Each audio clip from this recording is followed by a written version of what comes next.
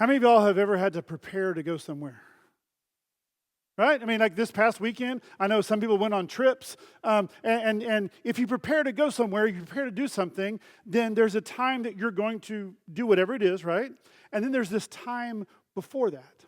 So this morning, when you decide to come to church and be here at 11 o'clock for church service or 9:45 for Sunday school, you had a deadline. You knew you had to be here ready to go at that time. Whatever Sunday school class, no, don't tell me Sunday school teachers, those who came in at 10 or 10:15. There's probably a few of y'all.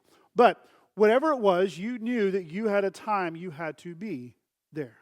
And then you had to count back and figure out all the rest of the things. So maybe you had to get kids ready to come.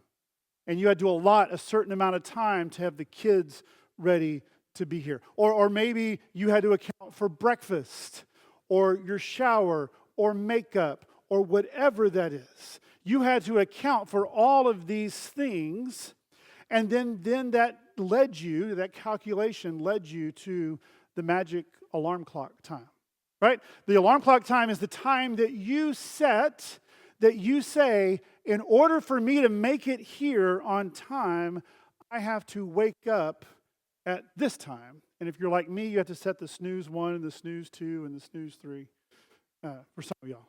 But anyway, whatever that is, you have a time that you are going to be doing coming to church, let's say. And so then you have to set that time that you need to start preparing for this. Now, there's an inherent question. There's a hidden question in that, isn't there? Because if there is a time you have to start preparing, then that means there is a time you don't have to be prepared. Right? There's a time before. If you know this, students, you know this. You've taken tests. Some of y'all have been in college, been in high school. You know that there's a paper due at this time. And so you know how long it's going to take you. Some of y'all, that is several weeks or months. Some of y'all feel that you can do it the night before. Whatever that is, you have to prepare. There's a time it's due, and then there's this time that you have to prepare. But if there is a time that you have to start preparing, that means there is a time where you don't have to worry about it. Right? Well, I think this is kind of the question that's going on in the minds of the disciples. The scripture that we read is Jesus' answer. But he's answering a question the disciples asked earlier. And that question comes about because of events that happened even earlier. So, if you go in your scripture, you don't have to look it up now, but if you'll look back at about verse 21, what's happening today, the scripture we read today, is part of the Passion story, the Palm Sunday events. And this is after Jesus has come into Jerusalem. And Jesus comes in the last time he's really coming in. And it's the whole Palm Sunday with the palm branches. And we celebrate that at Easter. And all the celebration and everything going on. But then Jesus doesn't just come in riding on a donkey and being all peaceful and being like, hey, I'm here and everything's good. He really goes at the Pharisees. And so there's several encounters that you read where Jesus confronts the Pharisees. Now, some of these are thinly veiled parables, right? He tells about the parable of the vineyard and the guy who owned the vineyard. And so there was this man that owned a vineyard, and he had tenants who took care of the vineyard. Their responsibility was to be good stewards of the vineyard. And so the man goes away on a trip, and while he's away, it comes time for the harvest to come due. And so he sends one of his servants to go collect the harvest. And the tenants feel that this is theirs now, and so they beat up the first servant. So the man sends a second servant, and they beat up the second servant. And this happens a couple of times. And finally, the man thinks, if I send my son. Now, Jesus is telling this parable to the crowd and to the Pharisees who were listening. He says, well, the owner thought, well, if I send my son, then surely they'll respect him and they'll give him what is due. And they didn't.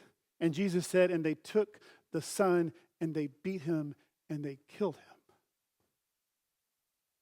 He was foreshadowing what was going to happen. And as you read this scripture, you can tell that the Pharisees are getting it. Because actually it says in verse 21, 45 to 46, it says, when the chief priests and Pharisees heard Jesus' parables, and this wasn't the only one, this was just one sample. You can go back and look at others. When they heard the parables, they knew he was talking about them. So Jesus comes and he's telling these Pharisees and these leaders, you have not been good stewards, and you have killed and beaten the prophets of old that have been sent. You have beaten them up year after year and generation after every time they've come. Every time God has sent a prophet. And so he tells this parable. And then he kind of takes off the gloves. And in Matthew 23, he addresses them directly. He says, woe to you, scribes and Pharisees. And he uses kind words like blind guides, hypocrites, snakes, brood of vipers who are condemned to hell.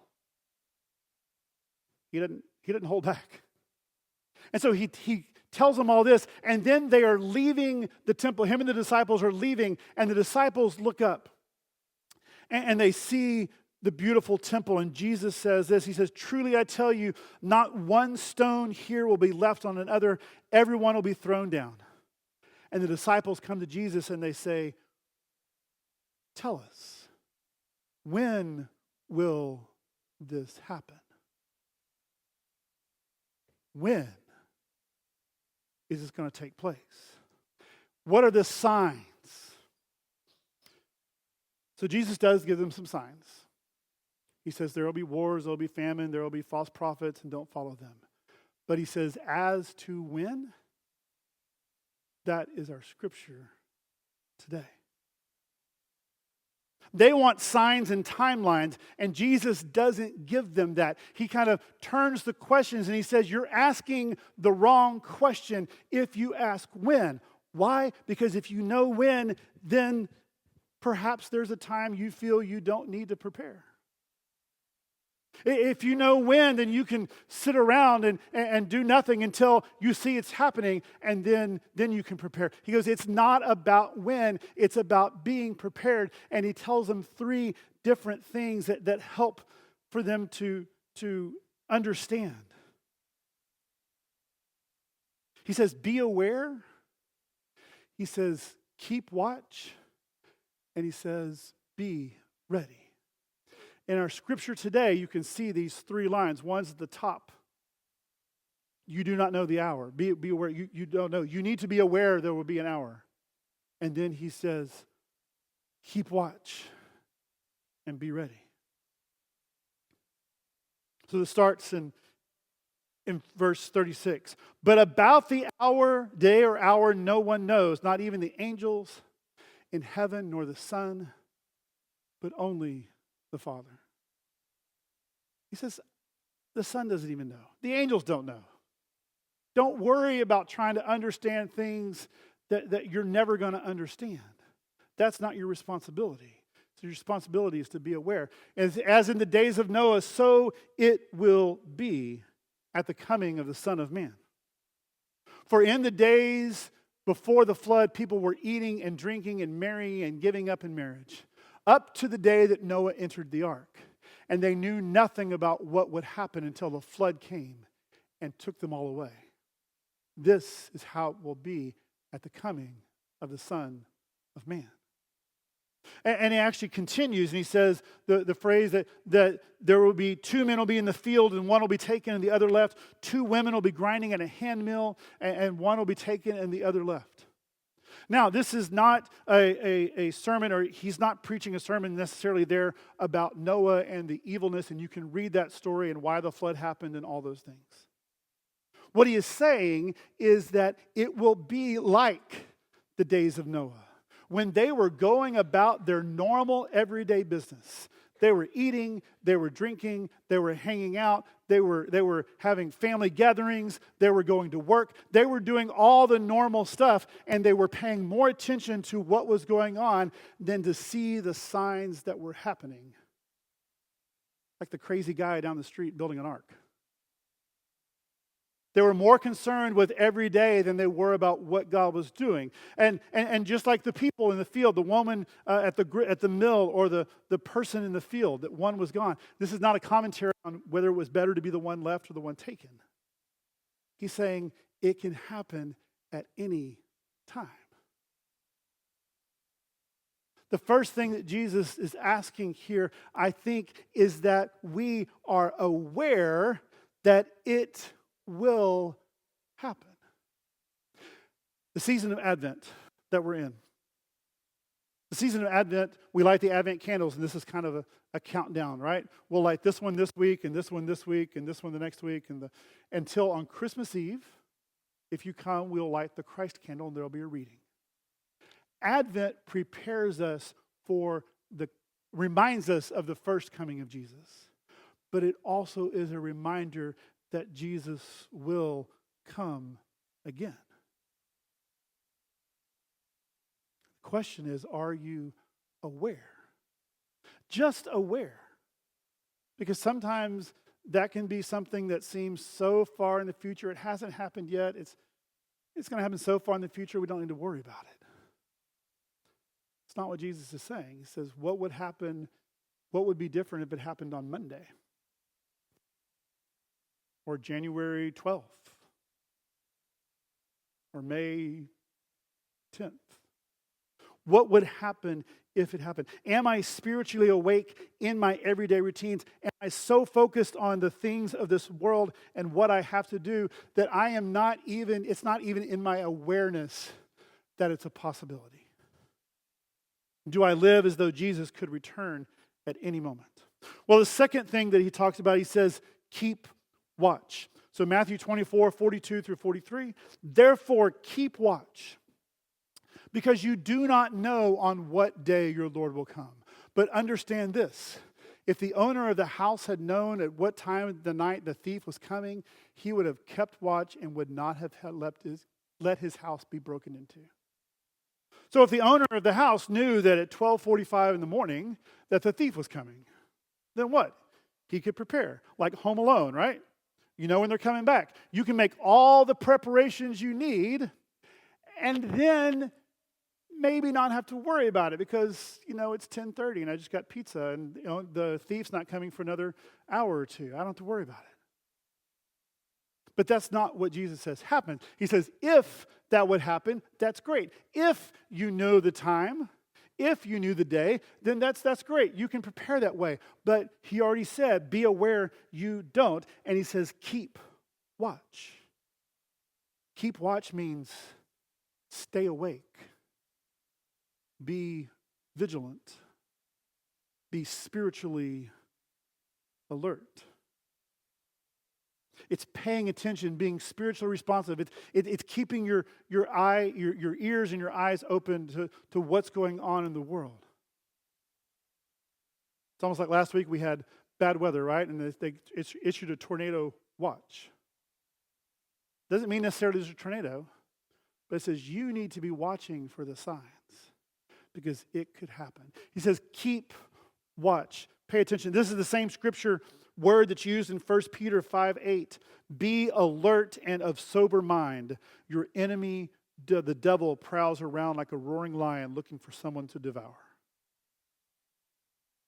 Or when Jesus goes with his disciples to Gethsemane in the garden before he is going to be arrested, and he tells the disciples who are with him, keep watch while I go up here and pray.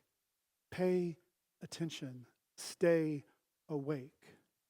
So the second thing, the first is to be aware that it could happen. And the second is to keep watch and to be aware that you are looking for when Christ returns. What are the ways that we can keep watch? Reading Scripture, prayer, being in community, not getting so distracted on the things of the world that we forget, not being so distracted on when that's happening, because it was supposed to be 3 months ago, right? That was the rapture. Y'all see that? All the hubbub a while ago, all right? That was supposed to, and so I don't know, but I think maybe we get distracted when we try to figure it out. Instead, Jesus is saying, be ready and keep watch. Well, the third thing he says is that what I just said, be ready. Matthew 24:44. So you must also be ready, because the Son of Man will come at an hour and time you don't expect him. Seem kind of similar. They're actually kind of different. Keep watch is looking for. Be ready is a sense of preparedness. How are you preparing yourself? Are you living in readiness? Because readiness is not something you start later. Ask those on the ark. Noah prepared for a long time. Be prepared. How many, any teachers in the room? I know we have a few teachers in the room. All right. You don't have to raise your hand. But if you're a teacher or you may have a similar profession where you have a deadline, right? You know that either at the 6 weeks or the 9 weeks or the semester, grades are due. I was married to a teacher. Megan taught for many years. And I know those deadlines, right? So if this is the deadline where grades have to be in, then they have to be graded, and then you have to make sure you have the test out the right time and all those things. So you can plan back because you know grades are due on the first day after the holiday. But if you're a fireman, you don't get that luxury, do you? If you're a fireman and you are in the firehouse and you are waiting, it's way too late whenever the alarm goes off for you to try to then make sure that the hose is reeled up the right way and your boots are ready to go and the truck is filled with water, isn't it? It's way too late to figure all those things out. And that's kind of the preparedness I think Jesus is telling them here is you don't wait until to try to get prepared. He says, be prepared. You must also be ready, for the Son of Man will come at an hour you do not expect him. 1 Peter again says, always be prepared to give an answer to everyone who asks you the reason, the hope that you have. If someone says, why do you believe in Jesus? Why do you have hope? And you're like, wait, hold on, let me figure it out. That's not prepared. But if you can say, I trust God because he told me to trust him, trust the Lord with all your heart and lean on your own understanding. In all your ways, acknowledge him and he will make straight your paths. If I can say that God has seen me through things because he has told me not to be anxious like he does, do not be anxious about anything. If I can say, I trust God because he has seen me through different situations, and you have a testimony, not a huge testimony, just that you are prepared to be able to say why you have this hope, that's not something you can do in the spur of the moment. So when Jesus is saying, you do not know the time, I don't know the time, nobody knows the time. And the point is not knowing the time. The point is to, one, be aware that there will be a time. Know that it will happen. 2, keep watch for the signs that it's happening. And 3, be prepared. Be ready for when that happens. Advent is, again, a beautiful time. Do you know that if you are looking at the church has a calendar? The church has a calendar that we follow. It talks about Lent and Advent and all those things. And the church New Year starts at Advent. So, Happy New Year. Right? This is when the church calendar starts. This starts here and goes all the way through Advent and then Epiphany. And then we get with some common time and then it's Lent. and then more time, and then Pentecost. Like we have this calendar, but it begins with Advent. And as we begin, we are reminded that Jesus came at Christmas, and we celebrate that with lovely Christmas services, and we put up decorations, and we come here on Christmas Eve at one time or the other, and we sing Silent Night, and we light candles, and that is a reminder of that first Advent. But Jesus is saying, remember, there will be another time that I will come. Not someday. And he says you need to be prepared. Not someday, not when life slows down, but today. And so let me ask as we close, what do you need to do to be aware, to know that he will come? To watch, to tune your senses and your spiritual life so that you are watching for him to come. And 3, to prepare. Maybe that's something that you need to spend time in prayer about. Maybe that's something that you need to spend time talking with others about. And maybe that's just a prayer of saying, God, search me and know me and show me how I can be aware, keep watch, and be prepared. Would you pray with me?